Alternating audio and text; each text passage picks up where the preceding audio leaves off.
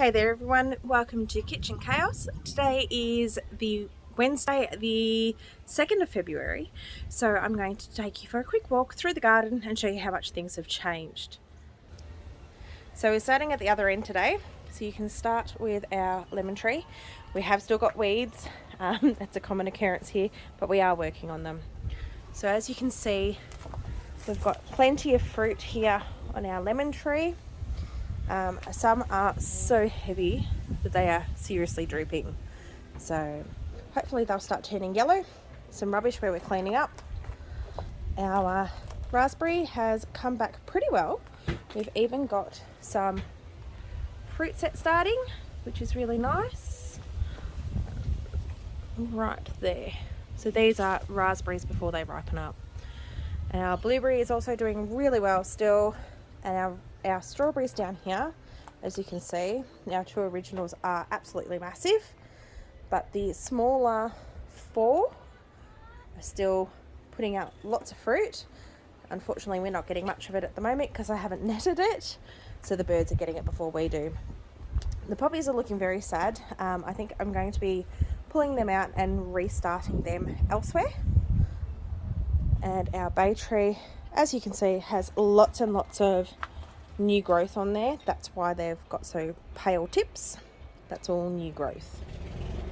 So moving down, we have a cucurbit of some description that has self-seeded here. Now I'm not sure whether this is a pumpkin or a squash or what it is. It is a vining variety, which makes me think it's probably pumpkin. But I haven't seen any fruit set yet, so I'm not really sure what kind. Over the back, our corn here is doing really great. And as you can see, we've actually got corn cobs. So I'm a bit excited because this is the first time I've grown corn. I don't actually eat it, but I will be trying this fresh homegrown corn. These tomatoes here are absolutely running wild. I think they are a cherry variety because all the fruit is quite small, or possibly a tigerella. As you can see, they're pretty stripy, and that's something that happens on the tigerella tomatoes. But these actually came from prunings that my daughter decided to plant. So you can see tomatoes will absolutely take off. Here, another tomato that Scarlett put in the ground, and our passion fruit that we started. Over here, more tomatoes that Scarlett planted from prunings, and they are absolutely going insane. I'm going to have to put some stakes in to support them because they are laying down with fruit, and that is what tomatoes will naturally do. So, chookies. And as you can see, we've actually done quite a bit of work in that area over there. That was completely covered in weeds, and we've taken out the majority of the weeds, dug out a whole heap of the dirt and put it into the compost bins. And we're starting to put some greens and things into the compost bins to make good quality compost. Over here, our tomatoes have absolutely covered these trellises. Some of them, as you can see, the cherries have gotten so tall that they're starting to break and snap. A few things going on here. So our spinach, as you can see, has all gone to seed. That's okay, I'm happy to collect seed for next time. As has the rocket. And on here you'll see these pods are actually where the seeds are held. So once they mature, the pods get quite large. Rather than these tiny little thin ones, they get nice and chunky like this when they're mature. Once they dry out, we'll be able to harvest the seed. Lettuces are going to seed as well. That's why they have stalked right up like this. And in here is where they will pop out some flowers, just like this purple one has done. So all of these flower heads here will turn into really fluffy heads, kind of like a lot of the weeds that you see, and then they will have seeds in them, and each has this tiny little fluffy head that helps it carry around. Tomatoes are going crazy. You can see all of the tomatoes here just waiting to ripen. Basil underneath is doing really, really well.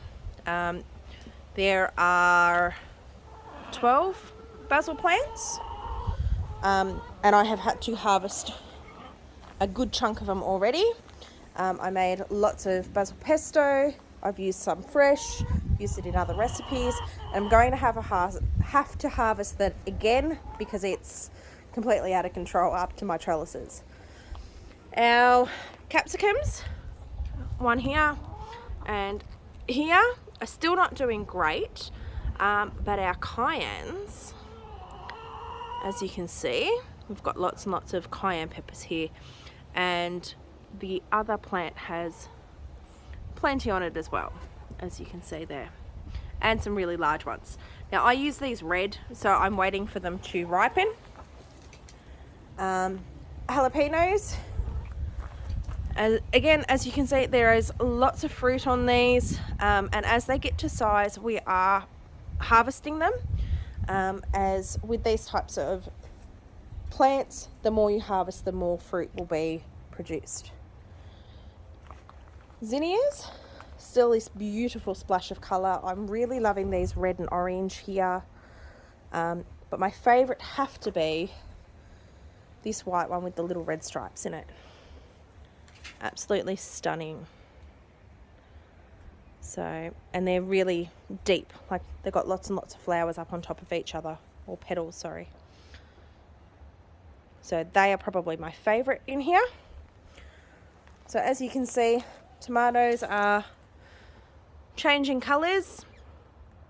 Now I'm picking them just before they ripen, so as they start to change colour, but before they turn fully red for the most part, because otherwise the birds tend to get them here. As you can see, the basil has gone all the way up to the trellis, all the way along. And yes, we've got some extra stakes going on because the trellises got blown over a bit in the wind. So we did prop them back up just until the weekend, but I'm going to have to keep adjusting them. Moving on over here, we've got our sunflower. Now this is that amazing sunflower that had all the heads on it. You probably saw some photos of this. We trimmed back all of the heads that had finished, and I left all of these smaller buds that are waiting to open, and they are slowly opening up. So hopefully we'll get a nice showing off these again, because that was absolutely amazing. It's the first time I've seen one like that, and I will definitely be growing them again.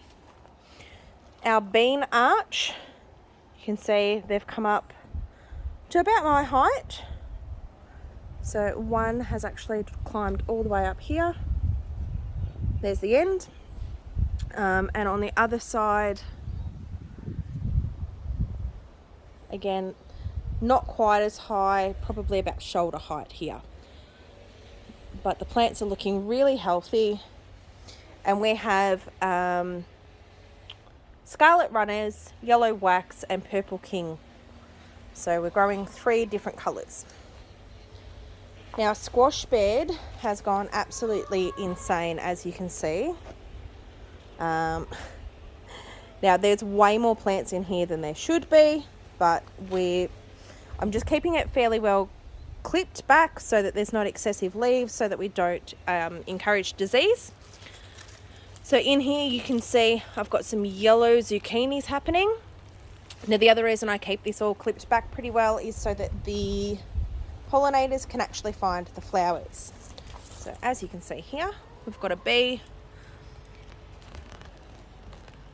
in the flower. Now that is a female flower, I believe. Let me look carefully. Yep, that's a female flower. And the bees will climb through a male flower, pick up pollen, and then they'll climb into a female and pollinate it. So I've got some Lebanese zucchinis here, and then This one is a yellow squash, often called a paddy pan squash. So you can see the different shapes there. And these are unopened flowers here. Once they've either been pollinated or they've been around long enough, they just fall off like that. So the males come on straight stems. The females are the ones that have the fruit under them. Over here, you'll see I've got a green zucchini growing there. And I have 2 green zucchini plants. Here are some immature fruit. So there's lots on here as long as the pollinators get in. And then this monster here is actually a golden nugget pumpkin. Now I've had about 5 off here already. These don't get massive, but they are really beautiful and sweet. We roast them and they're delicious. This one here is a sunflower that we bought for a friend as a gift, and unfortunately it died in the pot before we could give it to them. So we gave it a good water for a few days after just to see if we could bring it back, and it came back with a vengeance. It's got lots and lots of flowers on here. It's not the healthiest looking. You can see there's a bit of browning going on. It's been nibbled on by something. And we've got a very funny flower head over here. It's a double head, but it has not opened. So I'll get a shot of that from the other side when we go round. But yeah, so it's very interesting. It has come back, but it's not as healthy as I would have expected. Now over there you can see we've got our apple cucumbers. We're going to go for a walk around there, so you'll get to see bits and pieces. Obviously all our herbs are still going in their pots. Mint is in flower, so this is what's happening to it here. This is the first time I've seen mint flower, so it's been pretty interesting. We did plant a couple of other sunflowers here, and as you can see, they have started to open. So that's a bit exciting. So down here, these are the apple cucumbers. Now I've been training these by just popping them through, trying to, sorry that was very badly done, popping the ends and the leaves through the trellis just to encourage them to climb rather than go across the ground. Here's some fruit. And as you can see, there's lots of fruit down here. They just are not yet ready. And lots of little fruits here. Oops. So it'll just be a matter of time until we can harvest all of these. Got some silver beet. And behind that we've got a whole heap of pumpkins. So that there's 2 spaghetti squash plants. They've got several vines going. This bed has 2 butternut pumpkin vines in it. And here we have Jap pumpkins. And they have absolutely trellised around. I even have a random one that has started right here. Now I don't know how this one got here, but it has. Maybe I dropped a seed. We'll see how it goes, but I think it'll probably have to come out so that it doesn't strangle my herbs. But as you can see, these are all vining varieties, and I deliberately planted them on this side of the bed so that they could vine out towards the fence. There are quite a few flowers on here. They just have not opened yet. So you can see here, these are all flowers. These are males. They're literally just on the end of stems. And down here, this chunky one, that's a female. So you can see the fruit set behind the flower head. When they're really tiny, sometimes you can tell, like with this one, that that's going to be a female. So I will put up some photos on my Facebook page showing the females and the male flowers in the cucurbit family. They are all pretty much the same, just different sizes. So the cucurbits are your squash, pumpkins, zucchinis, cucumbers. There's probably a couple of others, but I can't think off the top of my head. Gourds often fall in this category. So there's quite a variety. We tend to call them by their individual names here in Australia, but other places they're sometimes referred to as summer and winter squash, just as a more general term. Alright guys, I hope that you have enjoyed today's little tour. I know a lot has changed and there's not a lot other than cucurbits and tomatoes, but hopefully we'll have a bit more variety next time I see you. Catch you then, bye.